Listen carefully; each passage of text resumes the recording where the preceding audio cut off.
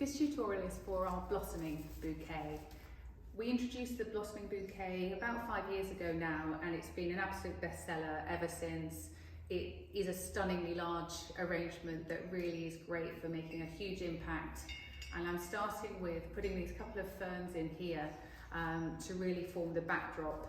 I'm just measuring them against the side of the vase, and I'm bending them so that the first fern here will sit just neatly in the neck of the vase. If you've seen the photograph of our blossoming bouquet, you'll know that, first you'll know how big it is, but you'll know that it's really got these key pieces of the delphiniums, which make part of the beautiful shape of the bouquet. So I'm just using the same technique every time, measuring my flower against the neck of the vase to bend it just the right amount.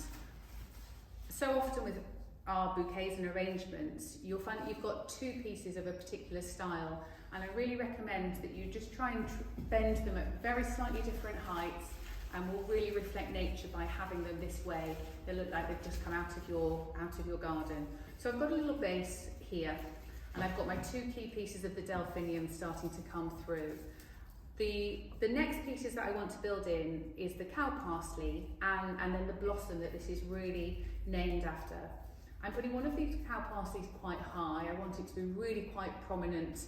I love the way that it sort of balances in this arrangement. And then I'm putting a second one just here, bent a little bit more to be a little bit shorter. Next I'm going to come to the blossom. It's the absolute key piece that this bouquet centres around. I'm going to pop it absolutely front and centre here so that you can really see this piece. And again, I'm going to bend my second piece just very slightly less, pop it in the centre here.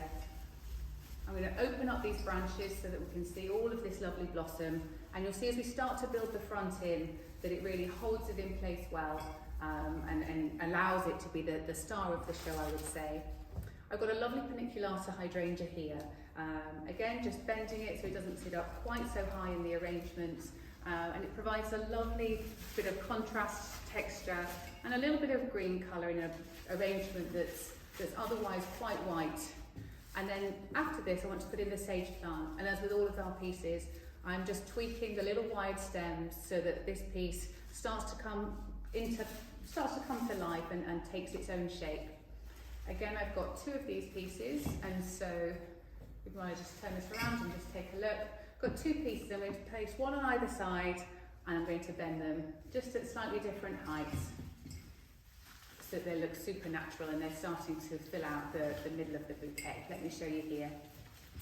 The gypsophila just sits off to the edge here in my mind. I like it really loose and light, and I like the fact that it just hangs there very gently. And then I'm coming to some of the key hero pieces for this bouquet, which is the ranunculus and the hydrangea. I've got 5 white ranunculus, 3 of the spray type with 3 heads, and 2 of the single stem ones that just have one larger bloom. They're slightly shorter, the single heads, than the spray, and I'm using the fact that they've got these different heights to pop them at different places in the bouquet, balance out all the little heads, and I'm not having to bend these stems at all. They're really just popping into place really, really nicely, just like this. And here, I'm going to pop the other one just at the back over here. And then lastly, I'm going to put in these absolutely gorgeous white hydrangeas, really, really large, beautiful heads, and because they're such a stunning piece, I want them to really be prominent within the front of the bouquet. So I'm going to pop one at either side, just like this. And I'm so pleased to show you how this lovely bouquet comes together, and I really hope you'll have a go at creating this yourself.